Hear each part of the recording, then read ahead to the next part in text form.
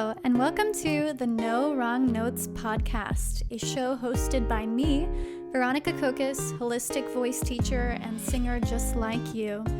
Grab a cup of tea, relax, and sit back as we discuss all things singing technique, mindset tips, and more so you can show up as the most confident and creative singer you can be.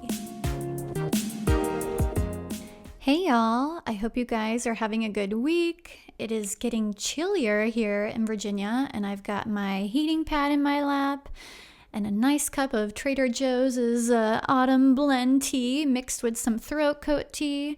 It is so good, and I am ready to talk to you today about the top 3 vocal myths. But before I get into today's episode, I have a little announcement. I will be off next week for Thanksgiving, so there will be no new episode. I know you guys are just so sad about that.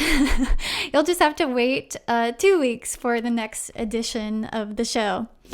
Moving on to today's topic, though, we are diving into 3 of the most pervasive myths in the singing world. Myths that hold singers back, confuse beginners. I get questions on these myths all the time from beginner singers, and even derail seasoned vocalists. So let's unpack the top 3 myths that I hear all the time. Breathe from the diaphragm. I'm sure we've all heard that one.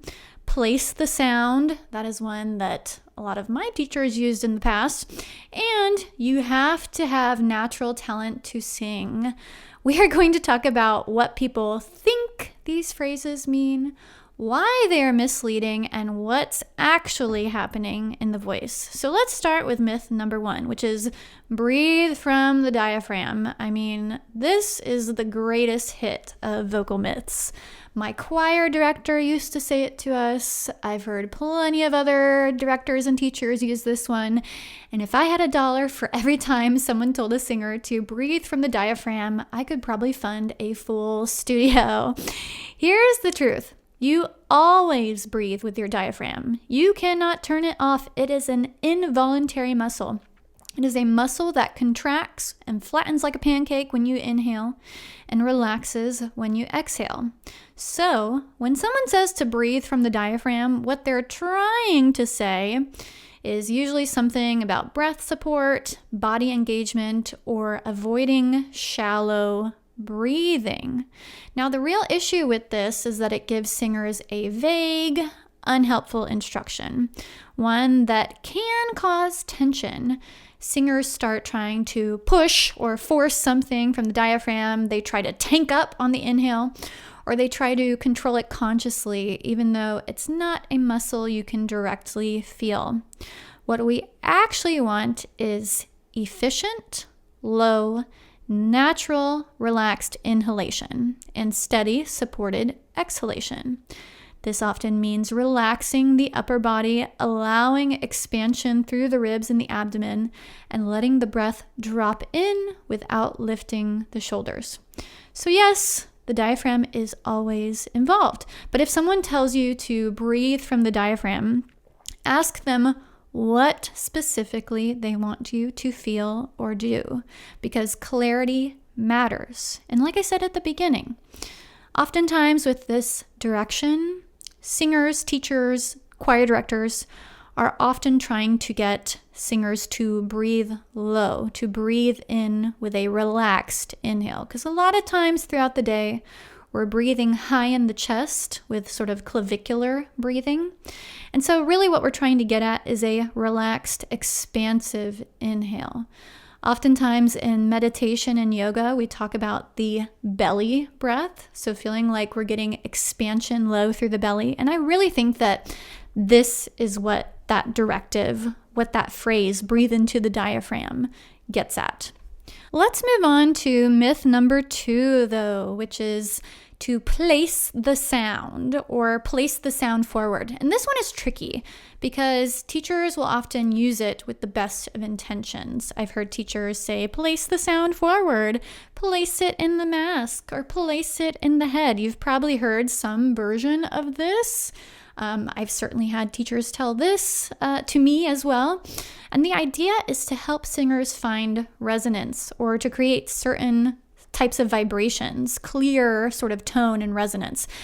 But the problem is that you can't actually place your sound anywhere. Sound waves are the result of vocal fold vibration and acoustic resonance. And in simple terms, we're talking about what's happening at the vocal fold level, what's happening with your vocal folds, what's happening with them, and also the space above that in your mouth and throat, and making adjustments within that space to produce a certain kind of sound, to produce a certain kind of resonance. And sounds don't just get placed into your forehead like a postcard or something like that. What people mean when they use this phrase is often about adjusting resonance, finding a balance between bright and warm sounds, sounds that maybe have more space in the mouth and throat versus sounds that maybe have less space in the mouth and throat, aligning the vocal tract or reducing tension so that certain frequencies can ring. But a more useful approach to this is to pay attention to sensations when you sing, to pay attention to where you feel vibrations when you sing, where the voice feels free or stuck, how relaxed the throat is. Some teachers will say, open up the throat, and I have been guilty of saying that too, but we're really getting at sort of the feeling of relaxation that we can feel in the throat, but also paying attention to how balanced your resonance feels. Does it feel like it's sort of swallowed up at the back of your tongue? Or are you feeling more of your resonance and those vibrations at the front of the tongue? And instead of placing the sound, think about, how is my airflow? Am I creating unnecessary tension? Am I creating some tension at the back of my tongue? Is it feeling really tight and controlled back there? Or do I feel ease in the tongue and jaw? And most importantly, when it comes to resonance, and this is the thing that I really, really like to get across to my students, think about your vowels. Does your vowel shape, the vowel that you're choosing to sing, create the kind of resonance that you want? Okay? That is the difference between me speaking with this kind of hooty, swallowed sound and choosing sort of these ooh sort of sounds. Or if I'm singing on or speaking ooh, okay, that's a very swallowed, hooty ooh. I'm feeling a lot of that vibration at the back of my tongue versus an ooh, like this, ooh, where I feel some vibration at the back of my tongue, but I feel also a lot more at the front of the tongue. Or you could also choose a very bright ooh, especially like if I'm working with students and we're singing pop rock.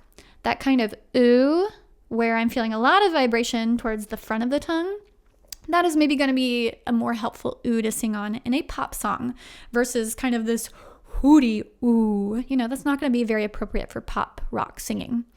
And these things, so thinking about your airflow, thinking about tension that you feel, thinking about ease that you feel, thinking about your vowels, all of these things are things you can take action on. Thinking about the phrase placing the sound somewhere isn't the most helpful. Let's move on to myth number 3, though, which is you have to have natural talent to sing. And oh my gosh, I've heard this phrase so often from singers that will come into my studio for their first lesson. They're like, well, don't I need natural talent to sing? No. Okay, if this myth were true, my podcast and honestly, my entire career probably wouldn't exist. The idea that only people who are born with talent can sing well is simply not true. Singing is a skill. Let me repeat that. Singing is a skill, one that is built from coordination, awareness, practice, technique, and training. Yes, some people may have more natural talent than others, just like some people might naturally be good at running or drawing. But everyone can learn to sing. This myth persists because we only see the polished results, performances, albums, viral videos, not the hours of training behind all of that. And when we label singing as some genetic lottery, it discourages people from exploring their voice. It keeps them quiet. And on this podcast, we are not about quiet. We are not about quiet in this studio. The truth is that you can develop your voice. You can train your ear. You can expand your range. You can learn healthy vocal technique. Talent might give someone a head start, but training is what builds consistency artistry, and longevity. And what people don't realize sometimes is that a lot of musical talent, so vocal talent, being able to discern pitches and rhythms and that sort of thing, a lot of that is developed in the womb and through early childhood. So when we look at people that are naturally gifted, naturally talented, that talent has to come from somewhere. It had to be developed somewhere. And yeah, some people really do have the physiology, the larynx, the vocal folds, the sort of physical makeup that lends itself to certain kinds of sounds that are really, really appealing. But for the most part, singing is a skill that we develop either through early childhood exposure to music or through skill building as we get older. Now, I kind of want to close off with some thoughts here. Myths stick around in the singing world because the voice is invisible. We can't see the muscles working, so we use metaphors to try and understand it. But metaphors can mislead. They can be very misleading. The more we replace this kind of vague language with clear understanding and clear direction, the more empowered we become as singers. So remember, you're always using your diaphragm. Focus on efficient, relaxed breath instead. You can't place sound. Focus on the vowels you want to use and your resonance and ease. And no, you do not need to be born with a magical singing talent. You just need curiosity, consistency, and support. All right, guys, that is it for today's episode. If you liked this episode, I would love it if you could leave a 5-star rating and review. If you want more singing content, follow me on Instagram and TikTok. I'm also on YouTube under Veronica Rose Music, so be sure to subscribe to me there because I'm planning some exciting videos for the new year. Yay! And if you want to work together, my Curious Singer membership is open to adults for enrollment. Be sure to check that out in the show description. And until the next time, happy singing, y'all.